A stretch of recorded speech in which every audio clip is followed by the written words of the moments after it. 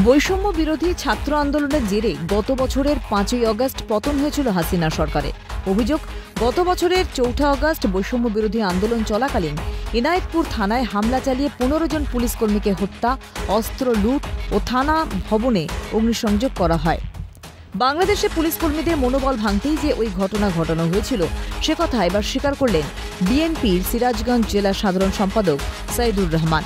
একটি মত বিনিময় সভায় তাঁর রাখা ওই বক্তব্যের ভিডিও ভাইরাল হয়েছে সোশ্যাল মিডিয়ায়। সেখানে তাকে বলতে শোনা গিয়েছে যে আমরা আন্দোলন করে পুলিশ কর্মীদের মনোবল ভেঙে দিয়ে ছাত্র জনতার ওই আন্দোলনকে ত্বরান্বিত করেছি। আমাদের সিরাজগঞ্জে যে বৈষম্য বিরোধী আন্দোলন করেছি, সেই বৈষম্য বিরোধী আন্দোলনে সিরাজগঞ্জের এনায়েতপুরে যদি 15 জন পুলিশ নিহত না হতো, বাংলাদেশের পুলিশের মেরুদণ্ড ভাঙত না। আমরা সিরাজগঞ্জ আন্দোলন করে বাংলাদেশের পুলিশের মেরুদণ্ড ভেঙে দিয়ে 2024 সালের আন্দোলনকে ত্বরান্বিত করেছি আমরা। এনায়েতপুরের এই ঘটনা নিয়ে বিএনপি নেতার এহেন দাবিকে ঘিরে উঠছে একাধিক প্রশ্ন।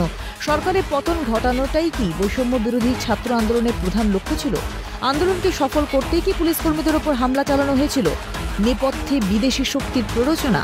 প্রশ্ন আন্তর্জাতিক মহলে। ক্যালকাটা নিউজ।